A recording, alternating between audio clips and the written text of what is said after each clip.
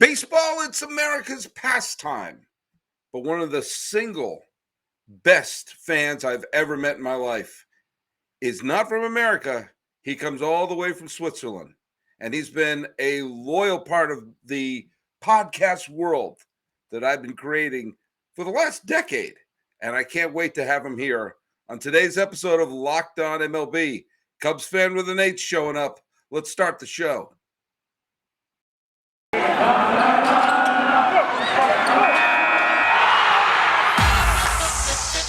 You are Locked On MLB,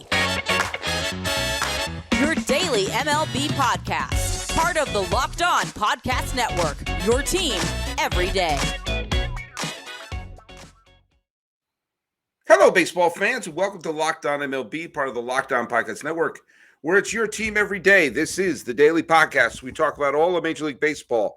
I am your host, Paul Francis Sullivan. If you're looking at the YouTubes, there it is. That's my name. You can call me Sully.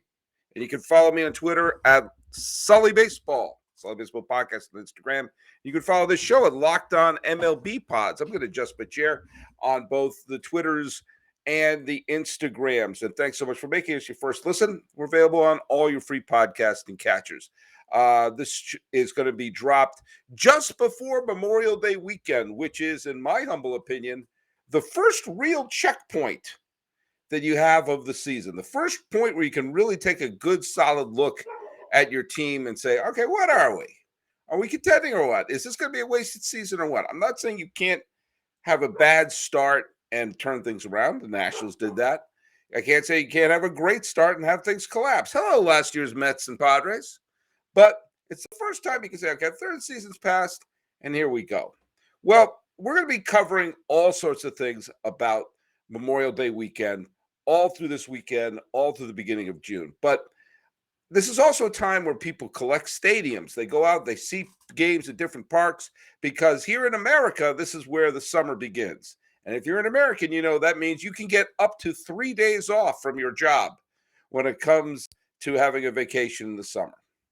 Well, I got to say, when I did the old Sully Baseball Daily podcast between 2012 and 2017. I continued for a few years after that as a weekly show. One of my most dedicated fans was someone whose Twitter handle was CU8S fan. It looked like Cubs fan, except with an 8 instead of a B. And I dubbed him Cubs fan with an 8. And as it turns out, it is a super fan all the way from Switzerland. And he comes to America and he sees all the parks that he can, because in Europe, you actually get time off. And we met each other in real life. We became good friends. And it is my great pleasure to say Cubs fan with an 8 has returned to the United States. It's Marcel Baylor. How you doing, buddy? Welcome back to America. Hey, Sully. Good to see you again. Good to see you. You're in your hotel room. Now I gave you a lower third. Look at that. We're doing video. This has come a long way from the old Sully Baseball podcast, but good to see your smiling face. Yeah, I'm in my hotel room in New York City. Mm-hmm. It's in the village very close to where you studied. You must know the neighborhood here. I do. And I'm on one of my baseball trips. I started out in Texas because I had to go to the new Rangers ballpark. Mm-hmm. It was all organized for May of 2020, and we all know that this didn't happen. Nope, and you were not a cardboard cutout. No, I was not. So before we go into everything here, because you've hit a bunch of stadiums that I haven't been to because I've been to their predecessors. Tell people who are maybe don't know you through the old podcast. Tell them first of all how you got into being you're a native of Switzerland. And as another thing you and I had in common, I lived in Switzerland for a couple of years when I was a kid, but we did not meet there. We would have been great friends there because I was dying to talk baseball with someone when I was a kid living in Switzerland back in 1980 to 82. But how did you become probably the most passionate Cubs fan in Switzerland and become this connoisseur of baseball parks in the summertime. Well, I don't know if in 82 I would have talked ball with you because then I was not a baseball fan yet, according to the rule of seven. Um, I I was never interested in the European sports, especially soccer, never interested me. I always thought it was a little bit boring. And then on my first trip to the United States, I saw baseball on TV, and I was maybe 13 years old, and I just got hooked, and I wanted to know everything about this game and this sport. And I remembered then that my mother, who was on vacation in Chicago, had brought me a shirt, a Cubs shirt, when I was maybe 10 years old. And I remembered that shirt. And I figured, well, maybe I should be a Cubs fan, because when my mother brings me a shirt from them, then they must be good, right? And so and so a long period of suffering started, but it was well worth it after all. Well, and just put a couple things in mind here. You have, as I alluded to, Europeans do things like time off a little more civilized than we do here in America, where it's basically, we get a couple hours off to grab something in the vending machine, and you can actually take some weeks or months off to, I don't know, live and enjoy life. And you've taken advantage of that by going on these wonderful baseball stadium tours, basically. And what was the first year you did one of the tours, and what was some of the, and are some of the stadiums you've seen, are some of them no longer in use? Well, my first ball game ever, I think that was in 1993, and that was the Giants at Candlestick Park. Okay, cool. And it is probably surprising that I stayed a baseball fan after going to Candlestick Park. You and I have talked about that, because I lived in the Bay Area for a long, long time, and there's some people who wax nostalgic for Candlestick. And while it is true that when you went there were only diehard fans, and it was an experience to be around people who loved the game that much. Candlestick stunk. It was impossible there's like one tiny road that leads back and forth. It was cold, it was ugly, and it really, there was a reason that they kept wanting to leave, because I'm convinced that when the Giants moved from New York to San Francisco, they asked the mayor of San Francisco, where's the worst place we can put a stadium? And they said, well, Candlestick Point. I said, fine, let's break ground there.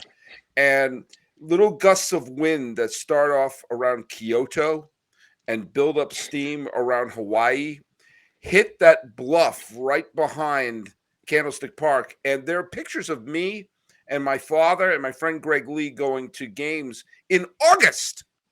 And we're wearing, it looks like we're at Zermatt, where we're wearing ski jackets and ski gloves and a winter hat. It's August in California, and it looks like we look like we're going to run the Iditarod. And bless you for returning to baseball after going to that terrible stadium. Well, look where the Giants play now. Isn't that a beauty?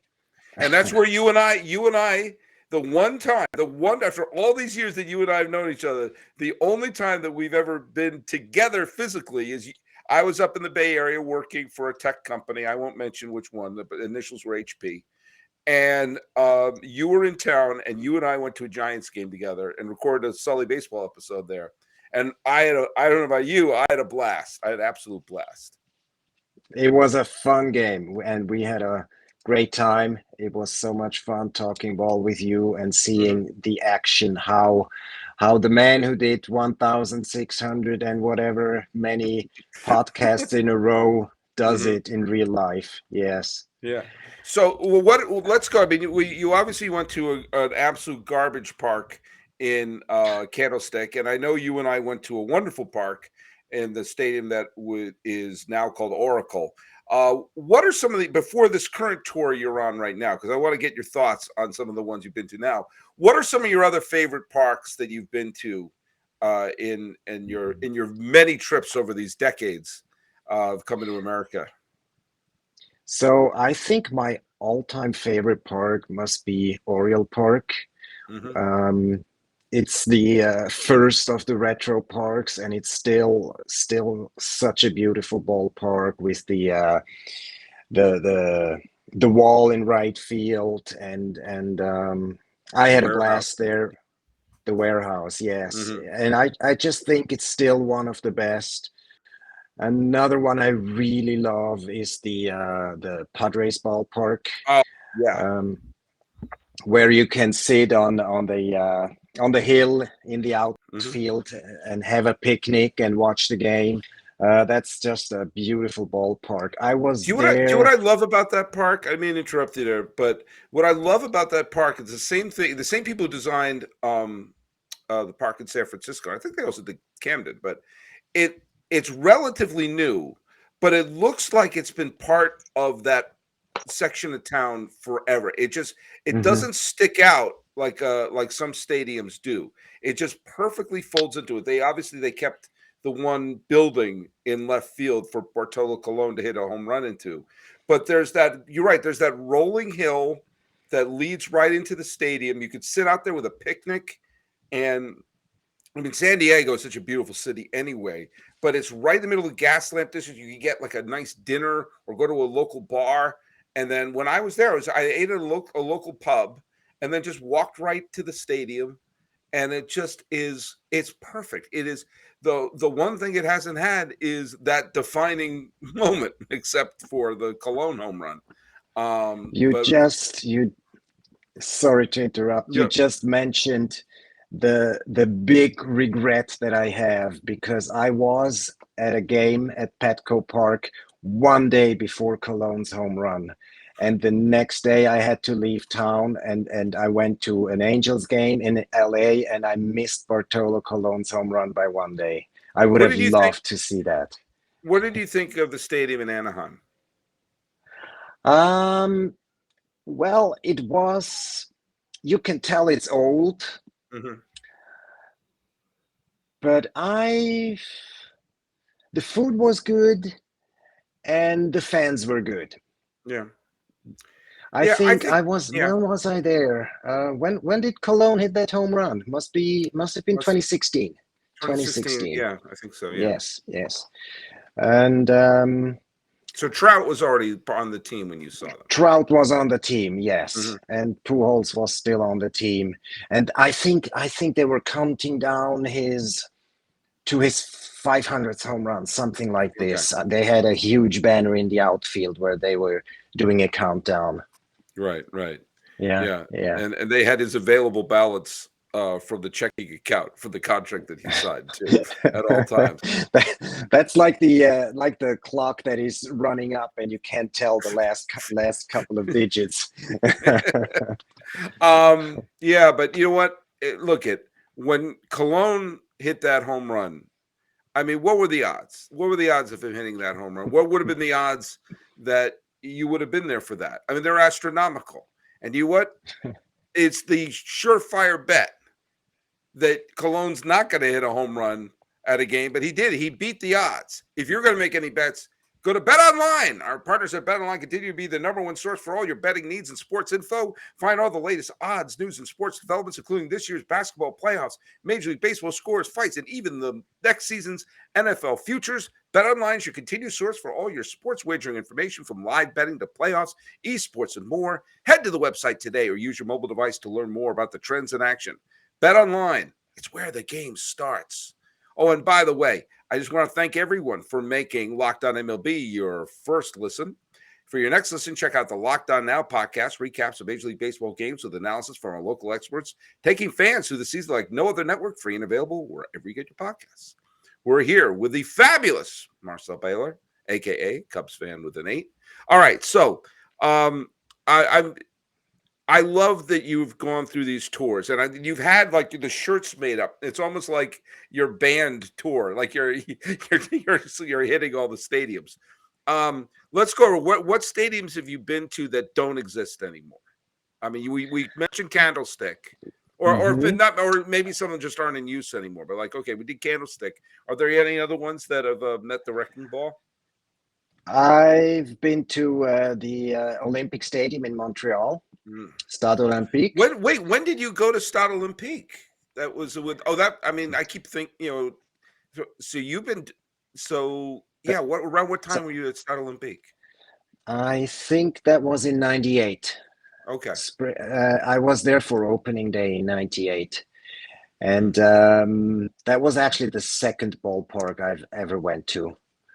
And Can I just say, my dad and I went to Montreal in one of our baseball trips. And again, I mentioned we lived in Geneva in the early 80s when I was a kid. And Montreal reminded me of Geneva, not just because they spoke French there, but a lot of just the architecture and the feel of the town. It felt very French Swiss. It didn't feel Zurich or Bern. Mhm. It didn't feel German Swiss, but it felt very French Swiss to me. And but you have a much I don't know. You know Switzerland a tad better than I do. Am I off base in saying that, or is it just because we're in a French speaking country?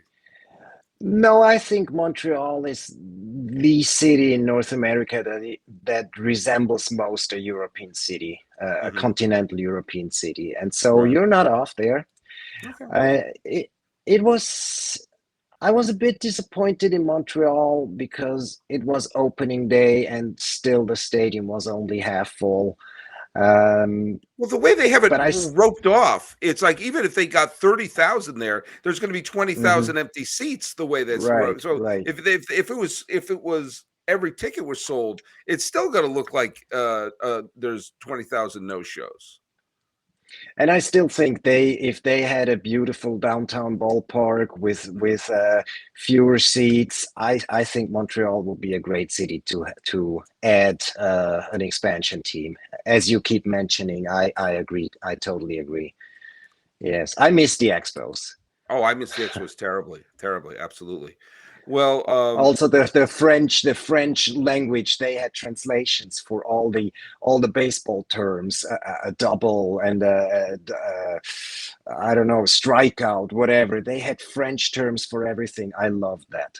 I used to love, and when MLB.com was in its infancy, like in the 2003, 2004, and I was still living in New York at the time, and they had like buffering to listen to the radio feed, and that's how I followed the '04 Red Sox day to day. But I would occasionally click over to the Expos French feed to see if I could follow the game. I mean, I don't really speak French, but I can watch a French movie without always reading the subtitles. The TV show was it Lupin, which was on the detective show that takes place in Mhm. Paris, was a big thing on Netflix, and I was able to watch it and follow it to a degree without reading every subtitle, and I would be listening and say deux et deux. Okay, the count's 2 and 2. Okay, and like there was like the receivateur was the catcher, and the circuit was a home run. The circuit, that's what they call it, the Oh. circuit. So there'd be little like Mhm. I kept thinking if I really get to know this, and then they moved to Washington, and all of a sudden all French baseball is gone. But I want Mhm. French baseball back. I want French Mhm. baseball back. Um, Now, just again, I'm a little snarky here because I've been to a lot of stadiums. Some are beautiful, and some were like yikes. Um, but although I have a soft spot in my heart for the cookie cutter parks, you mentioned you've been to the Stick and to the Stade Olympique. Is there any other stadium that made you, wow, this one does not work, or this one's a mess? Um, Let me think. I haven't been to many cookie cutter stadiums because when I started really going into ballpark chasing, I many of them were already gone. Um, what old parks have I been to? I've been to Old Yankee Stadium and I've been to Shea Stadium. Um, Both of them I thought were Can I good. just pause you? Can I pause you for a second? You're calling it ballpark chasing. I have a title for today's episode. I love that term. You're ballpark chasing. You're chasing a giant structure that's not moving. I mean, you're right. That's a great. I'm in love with that term. I'm in love with that term. You're ballpark chasing. Okay, so yeah, you went to Shea. You went to Mhm. Old Yankee. But Shea was fun. I Yeah, don't have a problem with Shea. I think City Field is a very beautiful ballpark. I love going there. I have very fond memories of going there with my friends, and so I don't really miss Shea. But right. I think it was a nice ballpark. I had a thing about I've not been to City Field because I moved from New York in '05, and so I've not been to the new Yankee Stadium or City Field. I had a problem that the design of City Field was meant to resemble the Brooklyn Dodgers, a team that left. It's Mhm. like and the Mets were not a team of the '50s or the baby boom or the post-war years. They were a team of the swing '60s and kind of a new era of New York, and the Mets reflected that. And to have their stadium honor the team that left is kind of like if you had a spouse who cheated on you and ran off with someone in Los Angeles, and then you met a new person who may not have been as beautiful but was a good loyal spouse, and then you build your spouse a home to honor the spouse who left. There's something that seems insincere about that. It's like, no, that's not who the Mets are. But I must say that since they started placing good memories into that new ballpark, like the World Series run and DeGrom and all the other, the highlights the Mets have had recently. I've warmed up to it. They've had those moments that Petco Park hasn't had yet. And so it's like a different era. And yeah, I can't wait to go to it. Okay, so you've been to Shea, City Field, Old Yankee, New Yankee. I'm dying to hear because you're in New York right now. And is this your first time in the Mhm. new Yankee Stadium? Or is this trip here? No, I've been a couple of times. Okay. Yes.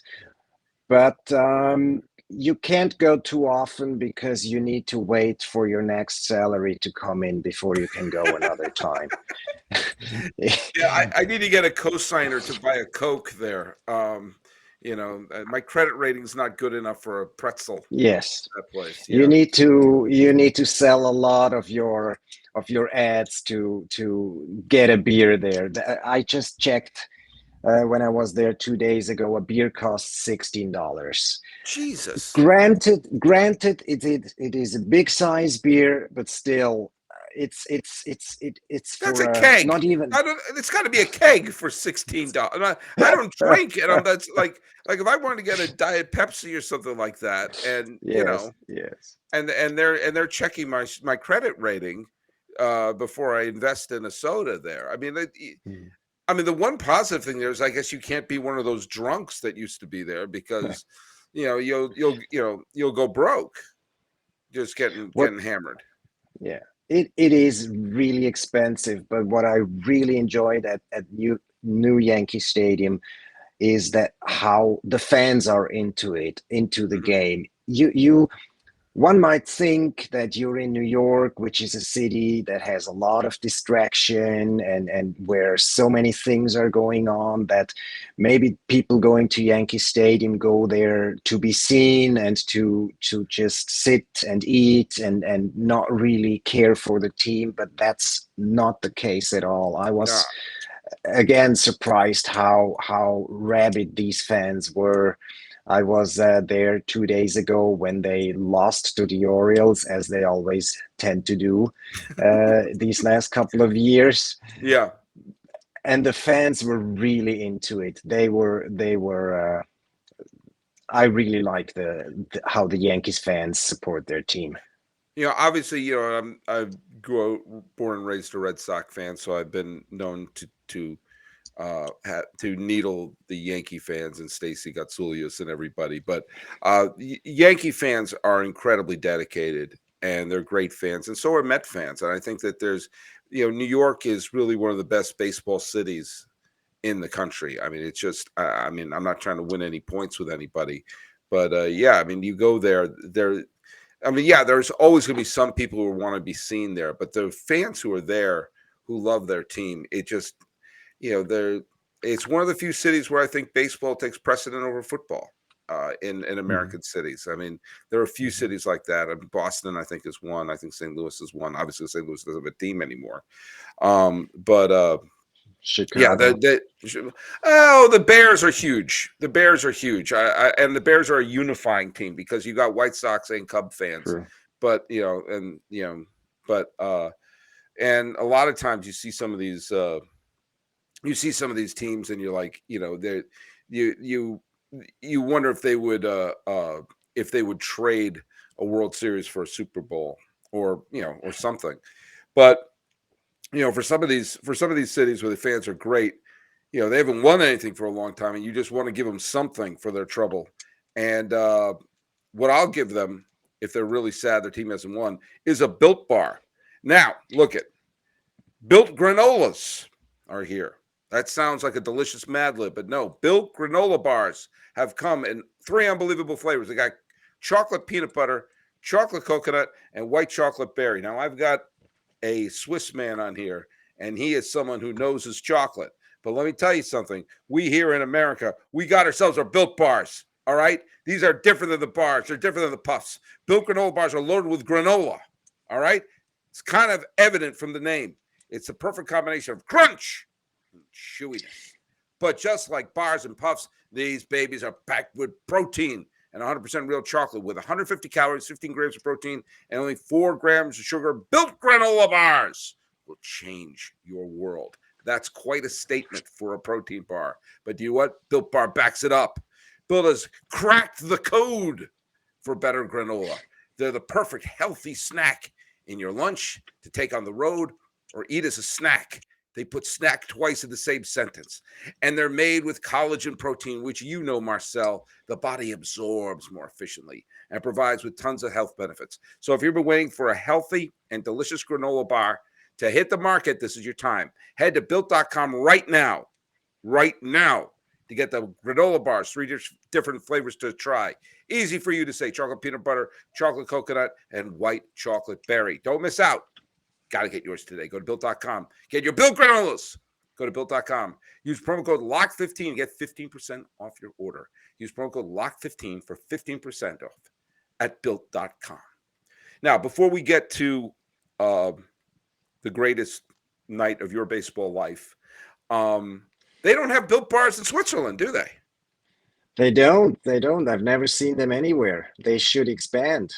Yeah, that's right. Come on, folks. Because you make them taste so great. I would love to have my favorite Built Bar. There you go. Come on, everyone. Come on, folks at Built Bar. Cubs fan with an 8 is sitting there, and he's driving around. He's going to drive from Lausanne to Bern to Lucerne to Zug to Zermatt to Geneva, back to that area near Liechtenstein, the Kleine Scheidegg. What else can I think of? Lac Le Mans. Basel, Zurich. Basel, thank you, Basel. We used to have, and welcome to Locked On Swiss Trivia. We used to have in America, we all memorized the states. And when I lived in Switzerland, I had all the cantons. Cantons those are like the Swiss states. And there was a period of time I could name every single Swiss Jura was one. Right? Wasn't Jura one? That's the newest one. That's the newest yeah, it's the one because yes. Geneva was then the newest one is Jura. Jura has like a red, and I could recognize each one of the flags. I can't do that anymore. I can't. Well, I don't think I could do it. There you go. I don't feel so bad. But we only have 26. We only have 26 cantons, so you don't have to learn as much. Yeah, but I think your whole country's the size of Pennsylvania, so I mean it's the same thing. But you're going along all these different places. You're heading to the Jura, and you're going, where's my Built Bar? Come on. You're a Cubs fan with an 8. which means you're a diehard and a great Cubs fan, which also meant that you came to America. In fact, you were a guest on the old Sully Baseball podcast shortly after this happened.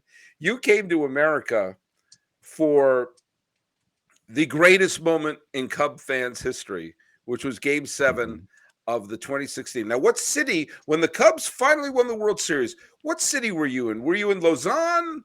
Were you in Bern? Did you come over to? Did you drive over to France? Maybe to Annemasse? What city were you in when the Cubs won the World Series? Sully, I was in Chicago.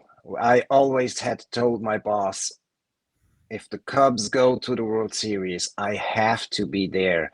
And I did everything I could. I even got a ticket for Game 4, which was the worst game of the whole World Series. It doesn't matter. Yeah.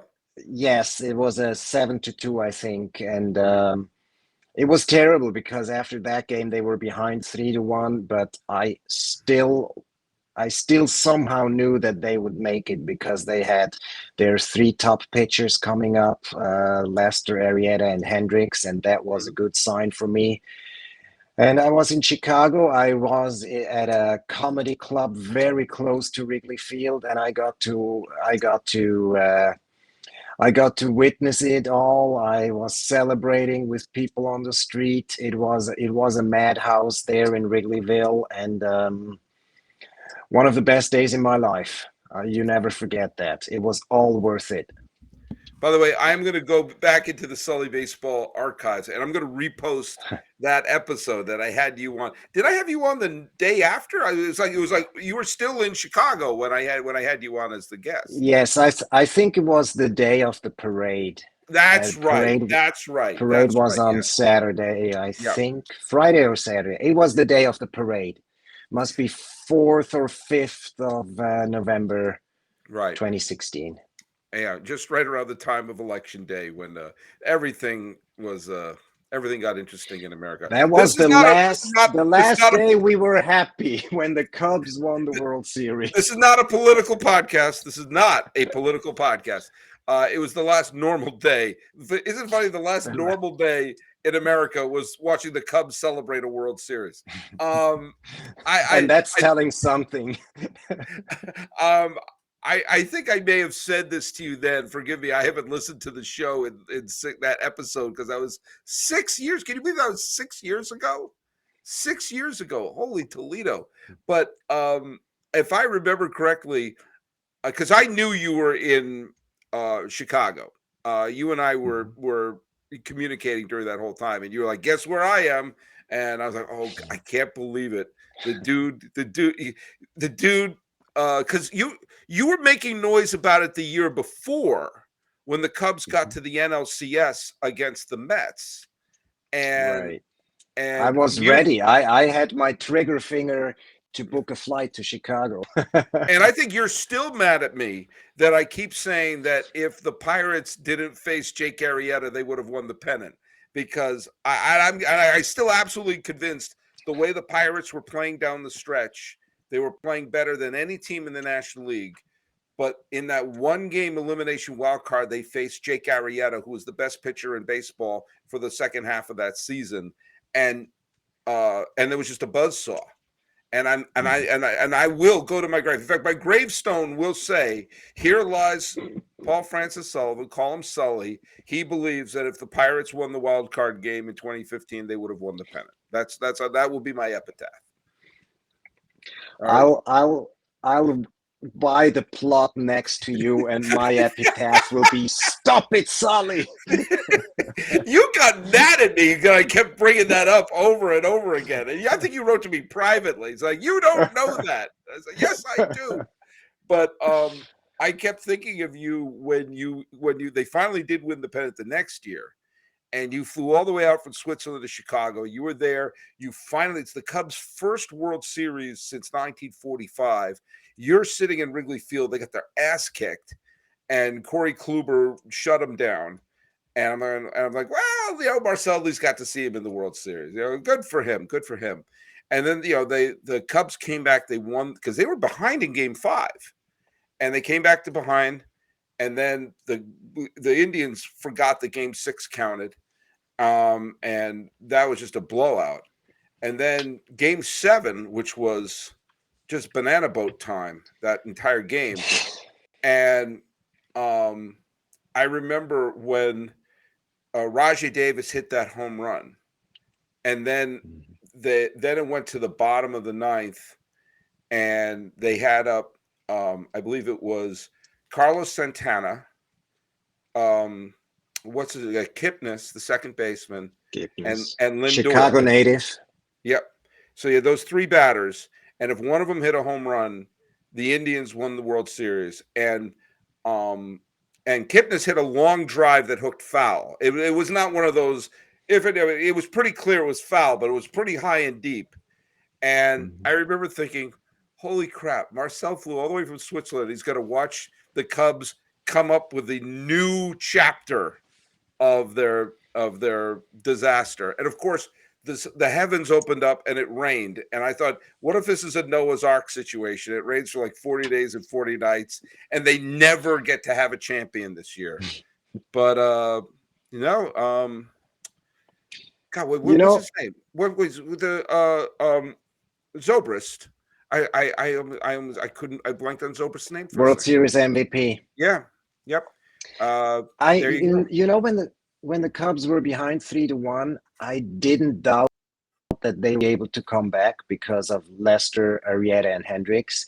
So I never doubted that there would be a Game 7, and then Game 7 opened with Fowler's leadoff home run. So we already had scored before the Indians even came to bat, and then there was that crazy inning where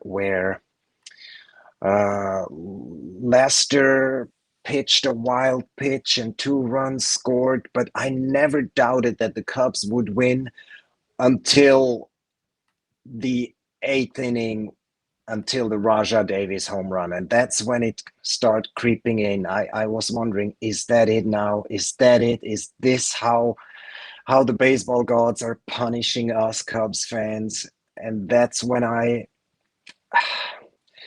those were some tough minutes in that room there filled with Cubs fans. Okay, here's the thing I have to ask you, though, because I went through agony, of course, as a Red Sox fan. My father went through agony as a Giants fan. Lots of agony going around. But both Cleveland and Chicago fans had an incredibly cruel agony that happened that day. That was, you went through 9 innings. You went through Game 7 and 9 innings, and that wasn't enough. But we're going to take a break.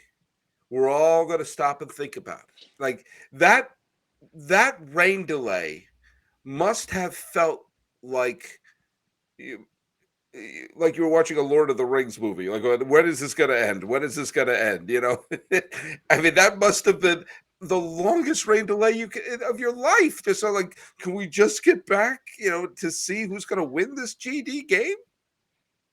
That's when I was wondering, should I go back to my hotel room and I could beat traffic and I don't have to suffer with so many people around me that are suffering. And I was really pondering whether I should stay or leave. And then while I was thinking about it, you say it must have felt like the longest rain delay, it did, which it did, but also it was a very short rain delay. It was maybe 15 minutes or so. It was. And then they started playing. Yeah. So they started play again, and I figured, well, let's get this over with. Now, do you remember one of the main reasons I was rooting for Cleveland in that World Series, other than the fact that I loved Francona, was that I hated Chapman, and he had the domestic abuse suspension and everything. And I did not want the image of the Cubs winning the World Series being Chapman with his arms up in the air that we would see forever, and to have the narrative of his redemption. And the minute Davis hit the home run off of him, I thought, like, oh, what if he becomes the GOAT for all time? I could live with that. And then it went into extras, of course. Zobrist got the hit. They added on another. and they brought in Carl Edwards Jr. And at that moment, I think I sent you a text or a tweet that said, I have no quarrel with Carl Edwards Jr. Now, of course, Carl Edwards Jr. started to wet the bed, and they brought in Mike Montgomery, who had 0 career saves in both the minor leagues and the major leagues.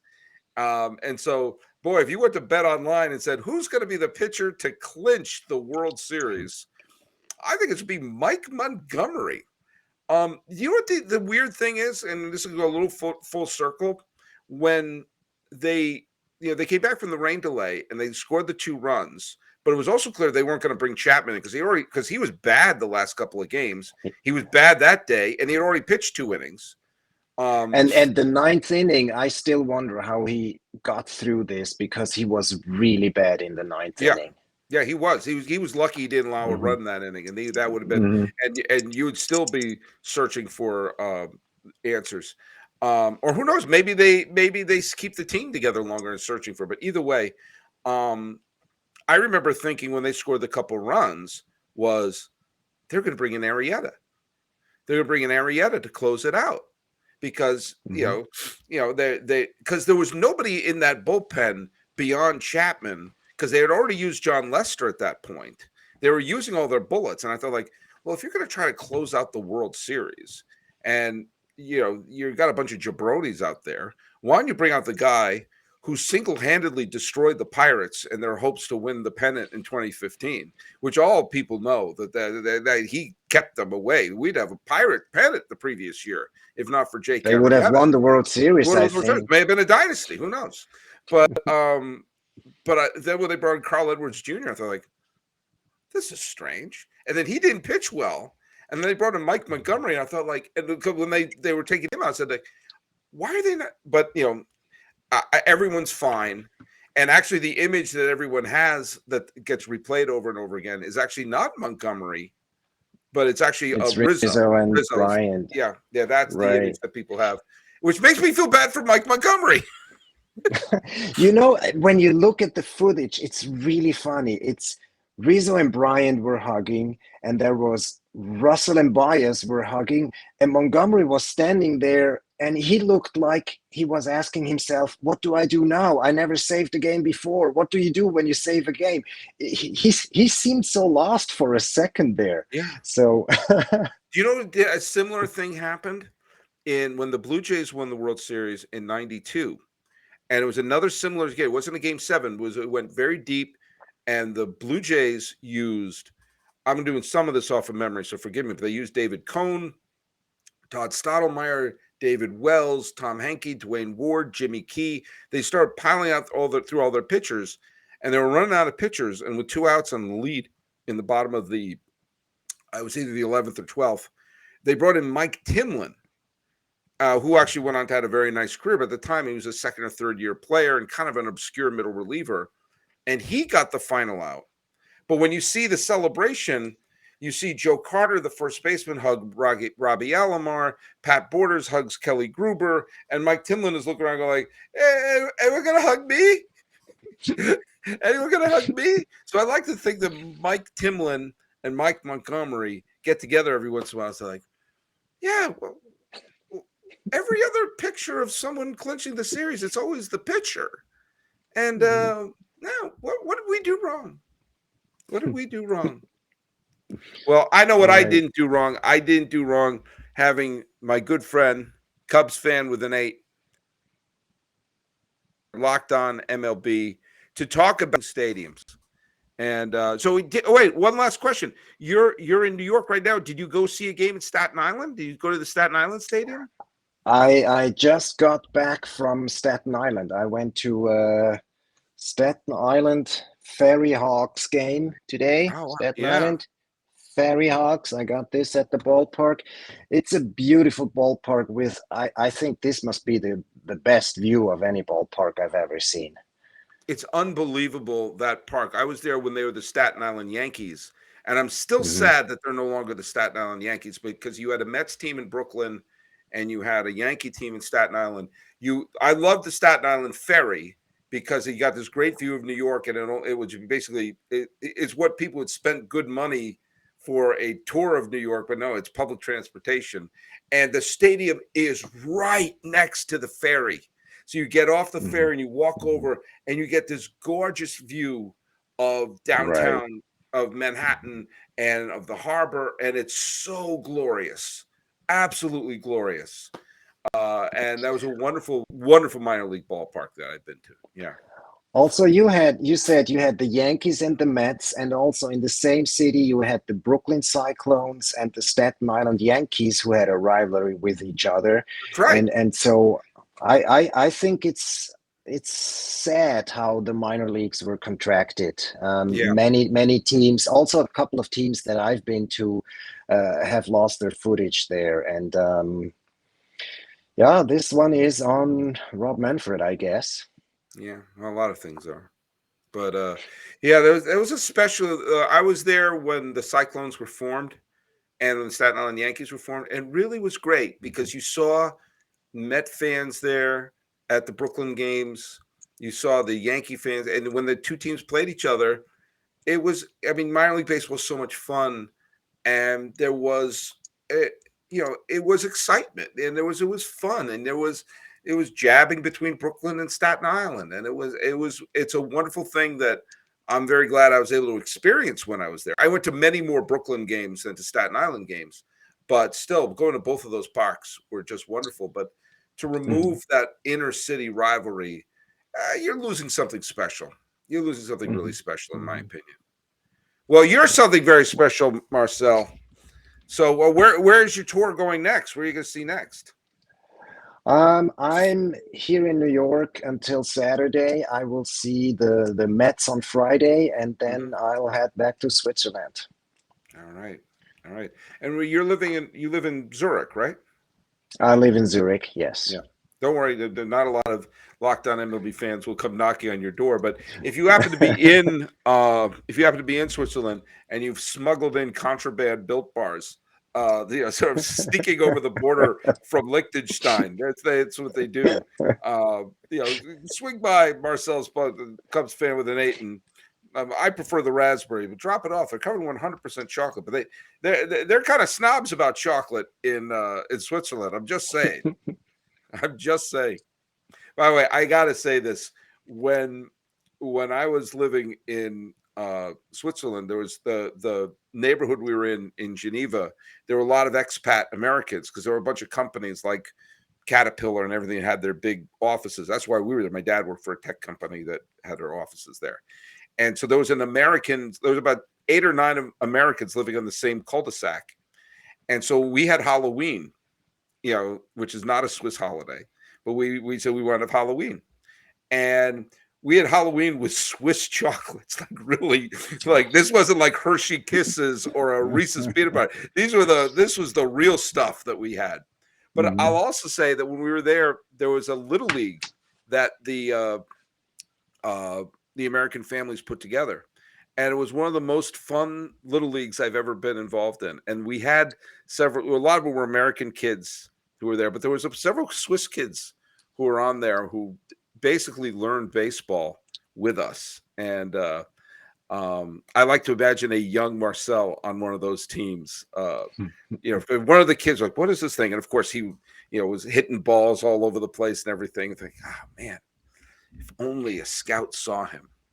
But hey, Marcel, this is, you and I could be talking for another hour and a half if we could. So it's great to see your face. And great to see you're still out there touring, chasing ballparks. Chasing ballparks, yes. If you want to follow my ballpark chasing, can I plug my Instagram channel for that? No, you should never, ever. Of course.